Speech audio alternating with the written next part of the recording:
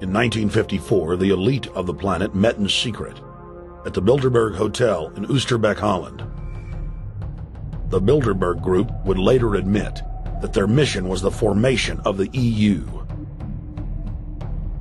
Once the EU was established, under the guise of trade deals, a North American Union and Asian Union would be formed.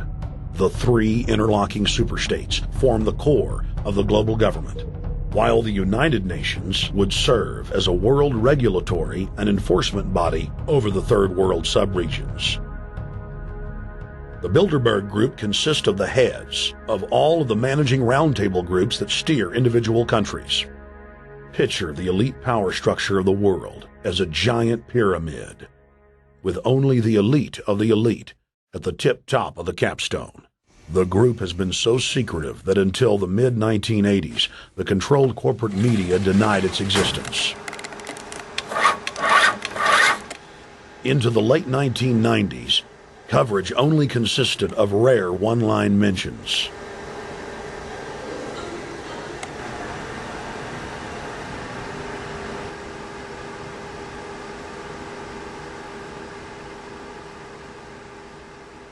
With the rise of the alternative media, their stranglehold on information has begun to slip. On the outskirts of the national capital today, black limousines with darkened windows converged on a hotel where private security guards imposed ironclad control. The limos carried royalty, political power brokers, and industrial titans to a secret meeting that will last all weekend. It's known as the Bilderberg Group. Could their objective be world domination? Every 4 years, Bilderberg meets in North America, and in June of 2006, we decided to travel to Ottawa, the capital of Canada. The site of Bilderberg.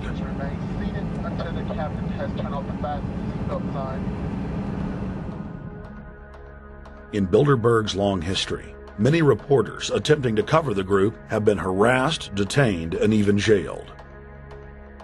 I jokingly reassured my cameramen that the horror stories we'd read about were probably exaggerated. I was wrong. We know reporters get detained at airports, people aren't let in. We know people get sent to the jailhouse for 3 or 4 hours. It happens every time. Well, it happened to Alex Jones this time. They admitted Bilderberg that they've had pressure put on them by the government to heighten security, and that's why all this happened. Yes, I was told that by 2 separate people. They scoured our records for hours yesterday and hours today, trying to find something on us, and of course there was nothing. It was just scary. I mean, I've been all over the world, and I've never seen anything like this. It was like hours of humiliation. And they said, "What are you here for?" And I said, "Well, I'm here to, cover the media, covering a political event. I hope to talk to some members of Parliament." I was answering all the questions. It was clear I wasn't a threat. It was clear I didn't have any criminal record. It was clear I was pressed. It was clear I was coming to interview people. They were going to deny me. They told me earlier that I was probably going to be denied, and then you guys showed up, and everything changed. So what's your plan now? My plan is to go out and try to interview Jim Tucker, try to go down to the Bilderberg Group and maybe catch some of them still arriving, and try to still make a documentary.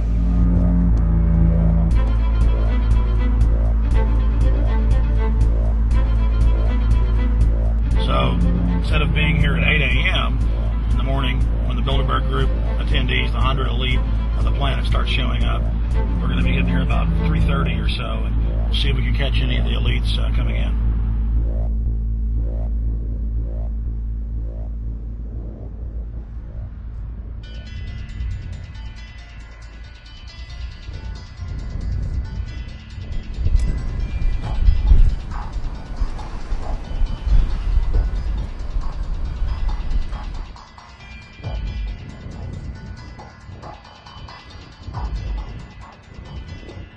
What do you think's on the agenda for this edition of the Bilderberg 90th annual meeting?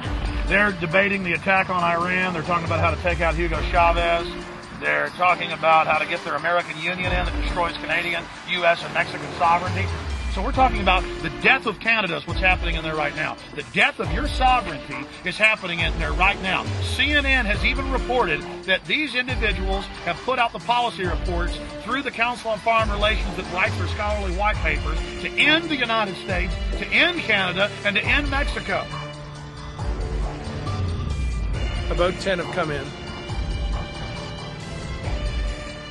They've been coming in slowly in typically big black cars with what appears to be bulletproof glass, and we've got a few pictures of some of the people. Okay, just a reminder, they off the truck.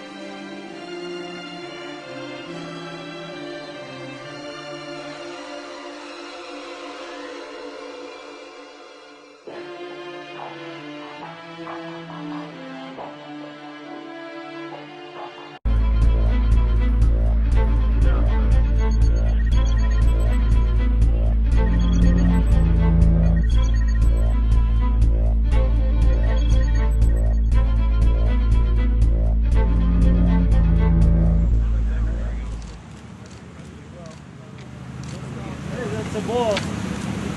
Boss is leaving. Etienne Davignon is the honorary chairman of the Bilderberg Group,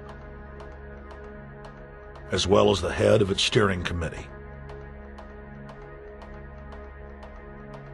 The committee he heads selects and invites each year's attendees. In the last decade, the list of attendees has been leaked to reporters by moles on the inside. Veteran newspaper reporter Jim Tucker has been covering the Bilderberg meetings for over 30 years and has physically attended more than 20. We traveled back to our hotel to see if Jim Tucker received the 2006 list. First heard about Bilderberg in 1975, and I said, I don't believe it. That's not possible. Who in hell's Bilderberg? I spent 20 happy years with metropolitan newspapers. All the wires are clicking at my ear. That could not happen without me knowing about it. And the thing that first impressed me most was columns in 1957 by the late, great Westbrook Tegler, widely syndicated columnist. He wrote 2 lengthy columns about how approximately 100 leaders of international finance, heads of state, high public officials were meeting behind armed guards and closed doors on Jekyll Island, sealed off. What are these powerful internationalists doing? And why is it so secret? Why do they have armed guards outside? Why is it sealed off? The newspapers totally ignore it. Not a word. Total blackout in the United States. Since then, I've never stopped pursuing Bilderberg, or the whole international gangster organization led by Rockefellers and Rothschilds, as they manipulate the world for their own selfish interest.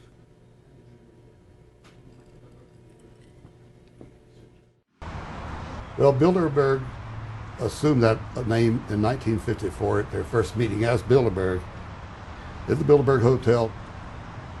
It's a little bit like Shakespeare's As You Like It. They say to Shakespeare, what do you want to call this book? And he says, As You Like It, meaning whatever you want to call it. And they thought it was dictation, so one of his plays is called As You Like It, and the title has nothing to do with the play. So that's how the Bilderberg came by their name. Now, they had been meeting for half a century. The moneyed class had been meeting. But they decided they have to meet systematically every year, well planned in advance, in addition to maybe other smaller meetings throughout the year. Sure this is the right turn, Jim? No. Let's see if you can start.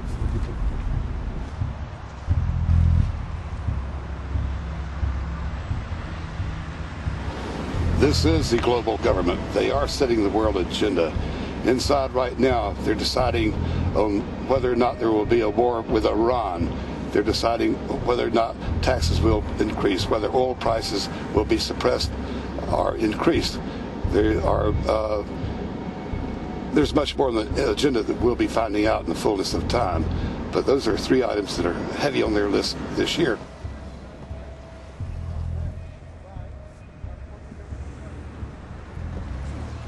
This is Jim Tucker, ladies and gentlemen. Yes. 27 years covering these crooks. Tucker, pleasure to meet The you. media said he was crazy, it didn't exist. Now we forced him.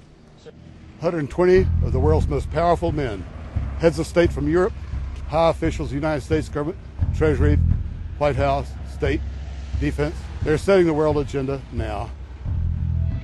The reason they want secrecy is because they're doing evil. Evil is done under the cover of darkness. Good works are done in the sunshine.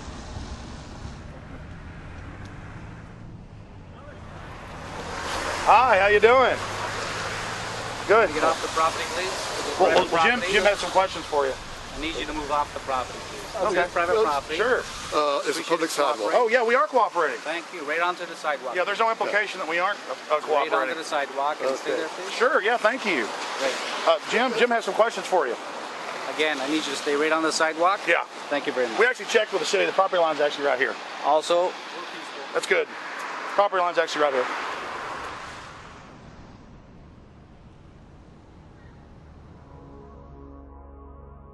We are on the verge of a global transformation.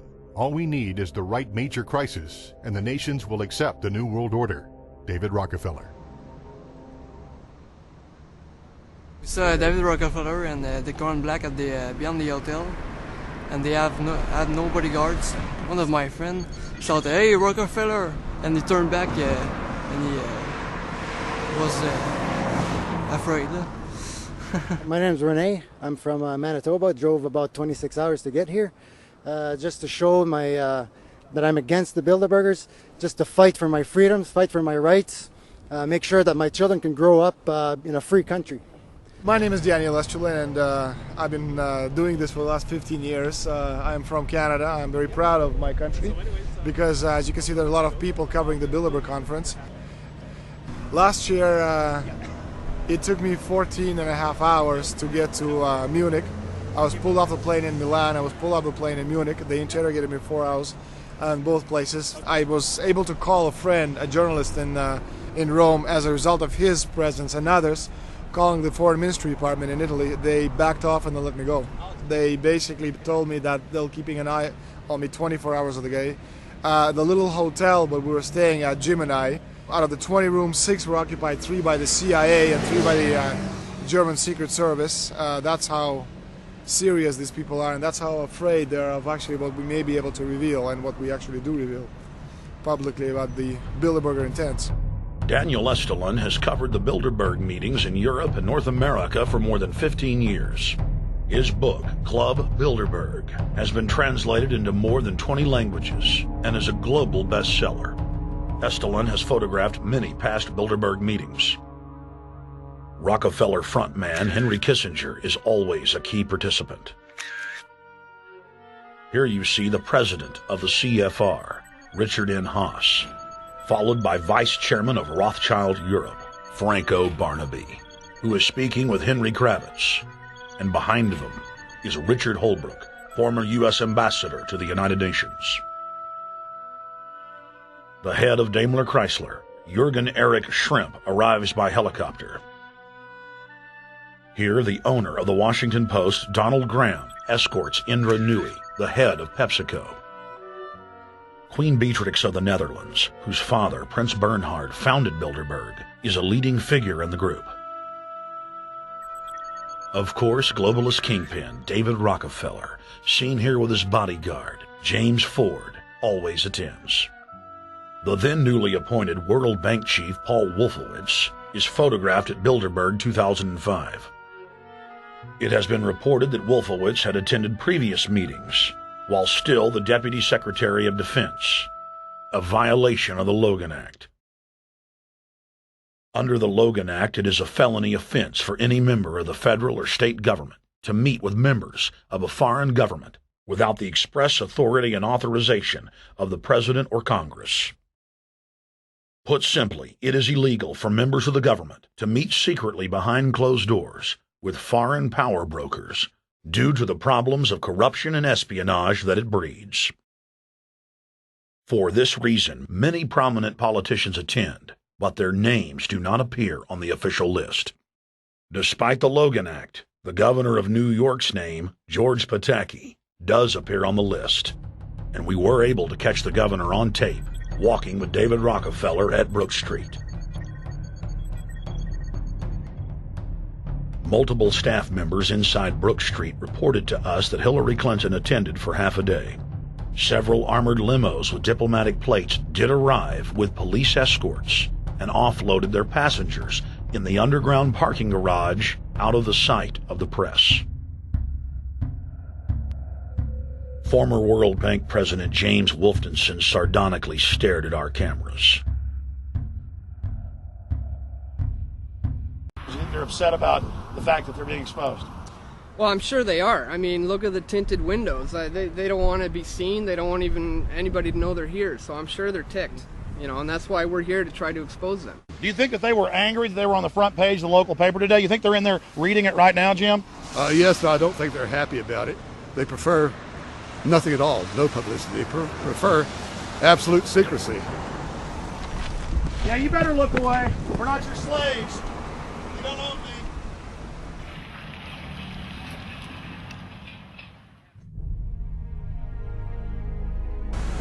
Alex. Yeah. That's Chalabi, eh? You think Chalabi? No, I don't think. I know. It looked like Chalabi. I knew it was a fat guy. Yeah. That was Ahmed Chalabi? Yeah.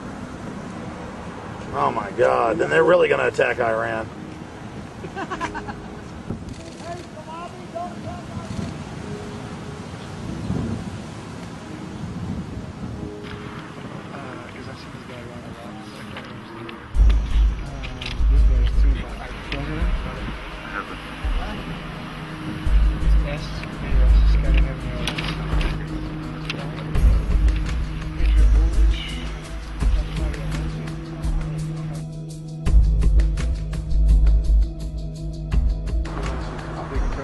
That's Francisco Pinto Balsamao. I think that's the Queen. Oh my God, yes, You see her? They're Holland.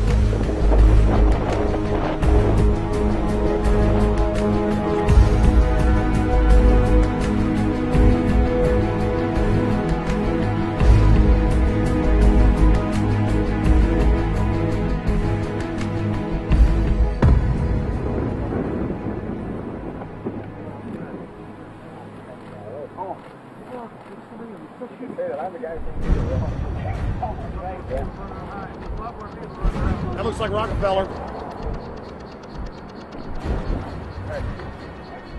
The decisions that these people take, again, they're not only decisions affect the business community, they affect politics, business, environment, across the entire spectrum. And these decisions are made and taken by a very elite group of people behind closed doors this year at the Brook Street Hotel. We are not privy to these decisions. We're not allowed to know what they're talking about. But we'll definitely feel the consequences of these decisions over the next 12 months when events which apparently by accident seem to happen, in fact, have been planned right here this year at Brook Street Hotel between 8th and 11th of June. What is... Ladies and gentlemen, we're here in Canada today to stand up against the Bilderberg Group that is attempting to get rid of the sovereignty of the United States. The truth of your world government has now been exposed. We know you are ruthless. We know you are evil. To David Rockefeller, to the Rothschild representatives here, to the Queen of the Netherlands, to all of you, we tell you, you are not our queens. You are not our kings. You are not our gods.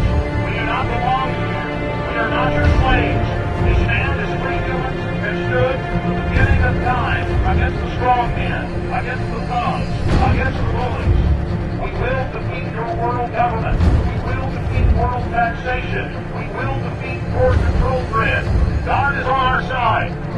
I stand before the creator of the universe, and I ask the creator of the universe, as our founding fathers did in 1776, to please guide and direct us, and to give us the power and the foresight and the understanding and the will to stand against your entire agenda, including your final plan of world population reduction of 80% that Henry Kissinger penned in 1973. Why do you put mercury in the vaccines, sodium fluoride in the water? Why? Why do you put cancer viruses in the vaccines? Why have you used depleted uranium now in 4 separate nations? You're arrogant. You have the sickness that elites have had throughout history in their literal and, in some cases, figurative ivory towers. You believe that you're invincible. You will and you are failing now. Your New World Order will fall. Humanity will defeat you. The answer to 1984 is 1776.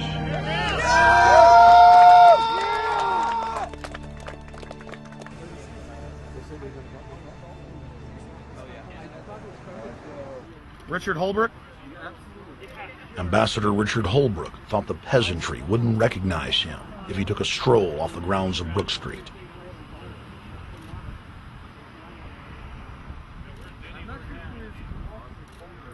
Holbrooke cackled when I told him that we were not his slaves. Holbrooke, we're not your slaves, Holbrooke. We're not your slaves.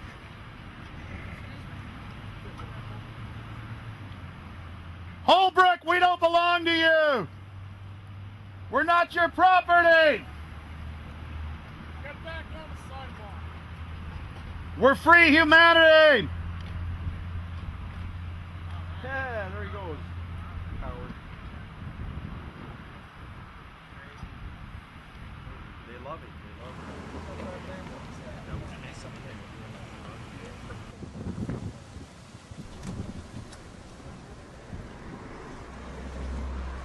Okay, we're going to be going around the back here, guys. Hey guys, how you doing?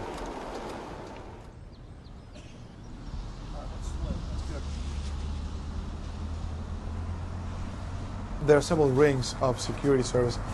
The American delegation at every Bilderberg meeting is usually protected by the CIA and a special division of the U.S. Army. The British delegation is protected by the MI6. Israelis usually are protected by the Mossad. The Ottawa police, in this case, working for the security, they have very little, actually they don't have any information at all on what the meeting is about. They didn't know who the Bilderbergs are.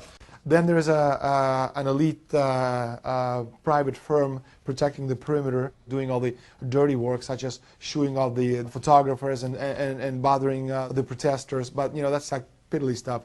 All the heavy stuff is done by the security service, such as the CIA, MI6. Some years ago, my legs were a little bit stronger than they are now, and I crept over a fence under cover of darkness and approached. The cops started yelling and pointing at me, so I ran with speed I didn't know I still had, and some shots were fired, but they were far above my head. I mean, they were intimidating, but they were not really trying to kill me.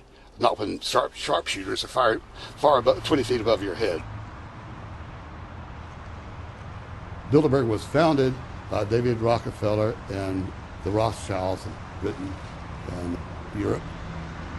They're still the main powers.